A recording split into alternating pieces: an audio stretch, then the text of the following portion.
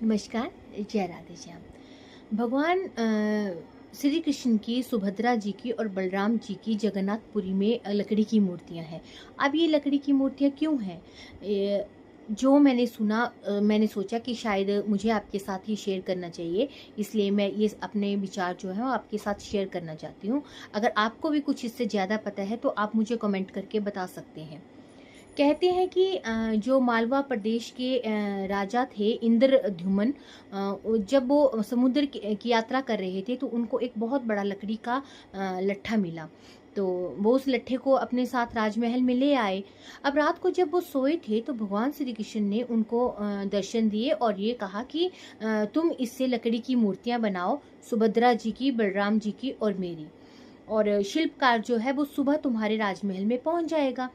अब इंद्रदमन जी जब सुबह अपने राजसभा में गए तो वहाँ पे विश्वकर्मा नामक शिल्पकार आए जो कि स्वयं विष्णु भगवान का रूप थे। तो उन्होंने राजा से आग्रह किया कि वो लकड़ी की मूर्तियां बनाएंगे, लेकिन 1 महीने के अंदर अंदर वो बना के तो दे देंगे, पर 1 महीने तक उस मंदिर का जहाँ पे मतलब वो बना रहे हैं मूर्तियां, वहां दरवाजा खोलना नहीं जाएगा।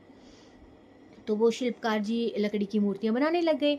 अब राजा ने देखा कि 15 दिन हो गए, 20 दिन हो गए, लेकिन 20 दिनों के बाद जिस राजा ने देखा कि वहाँ कोई हलचल नहीं हो रही है कमरे के अंदर, तो उनकी उत्सुकता बढ़ गई। फिर उन्होंने सोचा कि नहीं, शिल्पकार ने उनको अंदर जाने से मना किया है, लेकिन उनका वो एक बोलते हैं ना कि मन कुछ और बोलता है, दिमाग कुछ और बोलता है।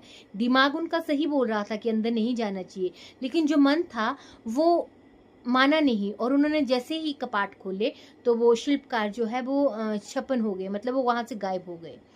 अब जब राजा से ये गलती हो गई तो मन ही मन वो बहुत दुखी हुए। रात को जैसे ही वो सोए तो भगवान श्री कृष्ण उनके फिर स्वप्न में आए।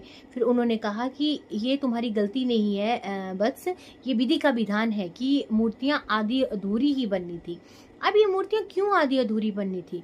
कहते हैं कि जब रुक्मणी और कृष्ण भगवान की अन्य पटरानियां जो थी वो बहुत दुखी रहने लगी कि कृष्ण भगवान रहते उनके साथ थे, पर हर समय वो राधा राधा का नाम ही जपते थे। तो उन्होंने कृष्ण भगवान की माँ से ये बात करनी चाहिए। तो उन्होंने क्या किया, सब पटरानियां एक बड़े मतलब जो उनका सभा थी का महल था वहाँ इकट्ठी हो गई। और उन्होंने सुभद्रा को बाहर गेट पे, मेन गेट पे खड़े करवा दिया कि कृष्ण भगवान और बलराम जी को अंदर नहीं आने दे। और वो अपनी माँ से उनके बारे में बताने लगी कि वो ऐसे करते हैं, उनकी रास लीलाएं हैं, वो रात को ऐसे करते हैं, वो दिन में ऐसे करते हैं।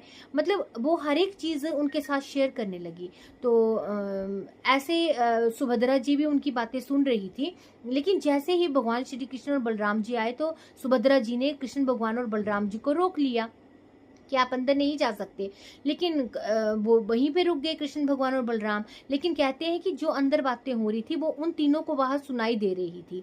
तो वो ऐसे उन बातों को सुन रहे थे कि उनके हाथ पांव चलने बंद हो गए। मतलब ये है कि उनका शरीर काम कर रहा था और मुंह खुले थे, मतलब मुंह में आंखें झपक रहे थे, पर हाथ पांव नहीं चल रहे थे।